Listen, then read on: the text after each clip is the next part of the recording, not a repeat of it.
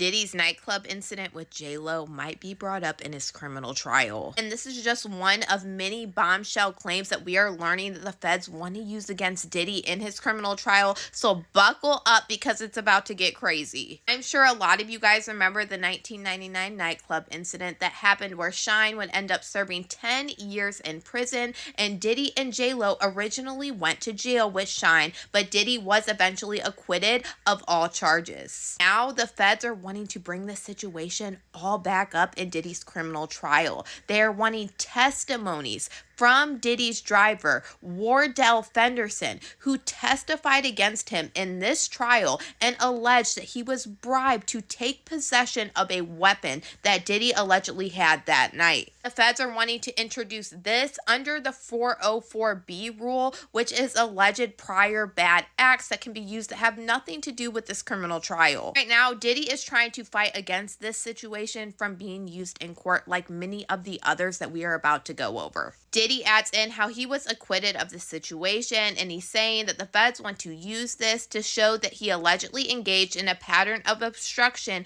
throughout his life. And they say that the government wants to rely on testimony from a man who we know based off how it's written as Wardell Fenderson, because Wardell Fenderson testified against Diddy in his criminal trial and alleged that Diddy bribed him with a diamond ring and $50,000 to take possession of a weapon. On the gun possession and bribery charges against Sean Puffy Combs. This afternoon, jurors sent the judge 2 notes, one of which asked for a transcript of a phone message Combs left Wardell Fenderson, once his driver, now the prosecution's star witness.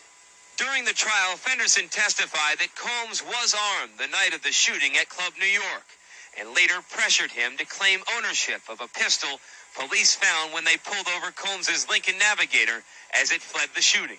And I just want to make you feel like comfortable, you know what I'm saying? Make your family feel comfortable. Also, we know the woman who was injured, Natanya Rubin, has claimed since 1999 that Diddy was allegedly the one who fired off a weapon in that nightclub that hit her in the face. The next piece of evidence that the feds want to use in Diddy's criminal trial to show prior bad acts is the situation with Steve Stout, which back in 1999, Diddy was actually arrested and charged with assault in connection to the beating of music executive Steve Stout. Steve Stout claimed that Diddy and 2 of his bodyguards beat him with their fist, a telephone, a champagne bottle, and a chair. And then Diddy allegedly paid Steve Stout $500,000, and he pleaded guilty to a lesser charge of harassment, and he was sentenced to 1 day of anger management classes. Diddy is saying that the feds also shouldn't be able to use this. He said the alleged 1999 assault of the studio executive Steve Stout should be excluded for similar reasons to those supporting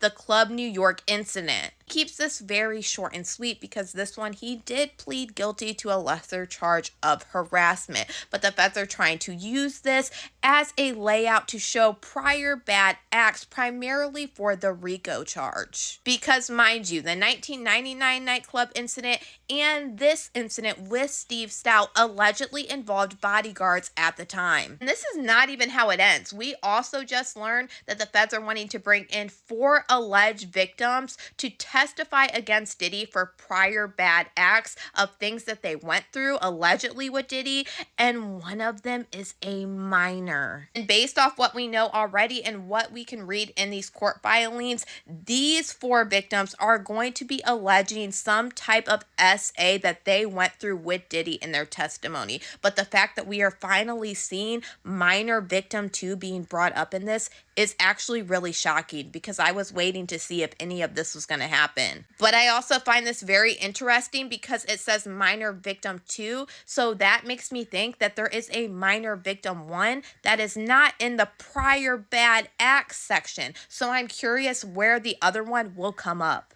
There has been a bombshell of new Diddy court filings, and I know I literally just got back from LA doing my TikTok event. I'm going to give you more content on that tomorrow because I actually visited Diddy's house and someone actually came outside and it was quite shocking. But for now, y'all let me know what you guys think about all this in the comments.